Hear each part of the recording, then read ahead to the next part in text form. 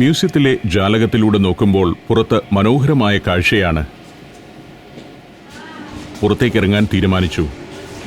കാസിലിനകം ചൂടാക്കി നിർത്തിയിരിക്കുകയാണെന്നതിനാൽ സുഖകരമായ കാലാവസ്ഥയാണ് അതിനുള്ളിൽ. പക്ഷേ പുറത്തേക്കിറങ്ങുമ്പോൾ സ്ഥിതി മാറുന്നു. അതികഠിനമായ ശൈത്യം. 0 ഡിഗ്രി സെൽഷ്യസാണ് ഇപ്പോൾ ഇവിടുത്തെ താപനില. രാവിലെ -ഡിഗ്രിയിലേക്ക് താഴ്ന്നിരുന്നു.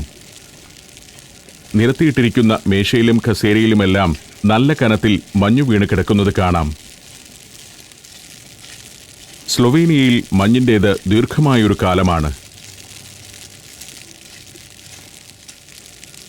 മഞ്ഞിന്റെ പശ്ചാത്തലത്തിൽ ലുബ്ലിയാന കാസിൽ ഒരു രാക്ഷസ കോട്ട പോലെ കാണാവുന്നു.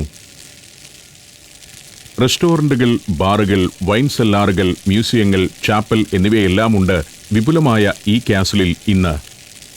സ്ലൊവേനിയ യുഗോസ്ലാവിയയുടെ ഭാഗമായിരുന്ന കാലത്ത് 1960കളിലാണ് പാതി തകർന്നു പോയിരുന്ന ഈ കാസിൽ പുനർനിർമ്മിക്കാനുള്ള പ്രവർത്തനങ്ങൾ തുടങ്ങിയത്. 35 വർഷം നീണ്ടുനിന്നു പുനർനിർമ്മാണം.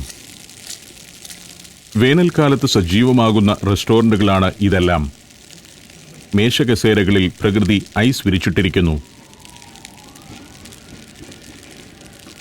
ഒരു ഭാഗത്ത് കാസിലിന്റെ പുറത്തേക്കുള്ള കവാടം കാണാം. വേണമെങ്കിൽ എനിക്കും ഇതുവഴി നടന്ന് താഴ്വാരത്തെ പട്ടണത്തിലേക്ക് പോകാം. വളഞ്ഞു പുളഞ്ഞുള്ള പാതയിലൂടെ താഴേക്ക് പോകണം. കുറേ ദൃശ്യങ്ങൾ ലഭിക്കുമെങ്കിൽ